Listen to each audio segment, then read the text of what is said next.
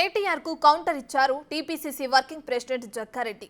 మేడిగడ్డను బొందలగడ్డతో పోల్చడం మాజీ ముఖ్యమంత్రికి కరెక్ట్ కాదన్నారు. 70 ఏండ్ల కేసీఆర్ కి అంత కోపం వస్తే యంగ్ డైనమిక్ ముఖ్యమంత్రి రేవంత్ రెడ్డికి ఆవేశం రాదా అని ప్రశ్నించారు. నల్గొండ సభలో మాజీ ముఖ్యమంత్రి కేసీఆర్ గారు మీది మేడిగడ్డనా బొందలగడ్డనా, ఎందుకు మీరు ఎందుకు పోతున్నారు అని అన్నాడు. ఇది ఒక మాజీ ముఖ్యమంత్రి అనాల్సి ఆడేమి వీకనిగా పోతుర్రా అని అన్నాడు.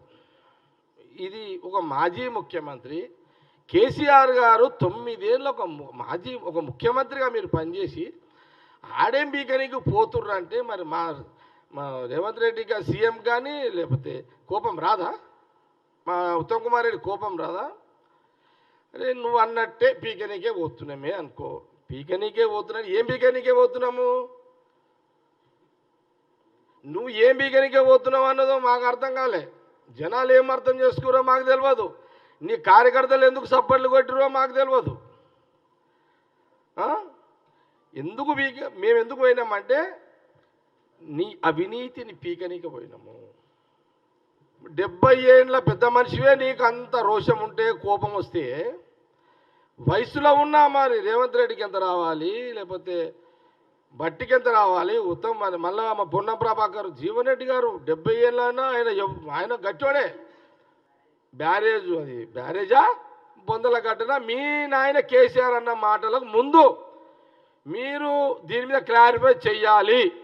చేసే అంతవరకు as a Congress party working ప్రెసిడెంట్గా నేను మిమ్మల్ని వదలా.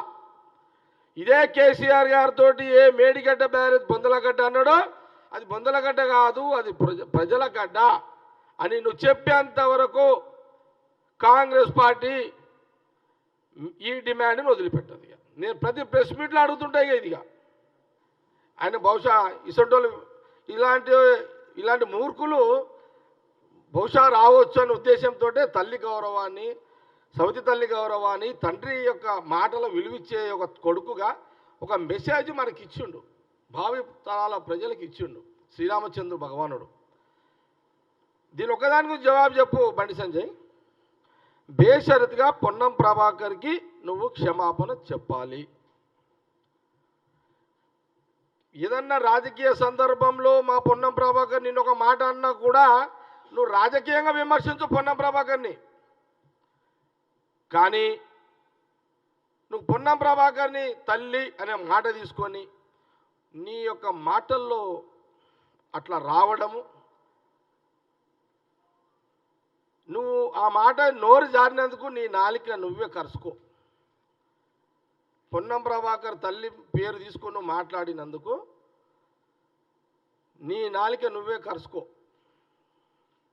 బేషరతుగా పొన్నం ప్రభాకర్ తల్లి మాట తీసుకొని అలాంటి మాట మాట్లాడినందుకు క్షమాపణ బహిరంగంగా మీడియా ద్వారా చెప్పు.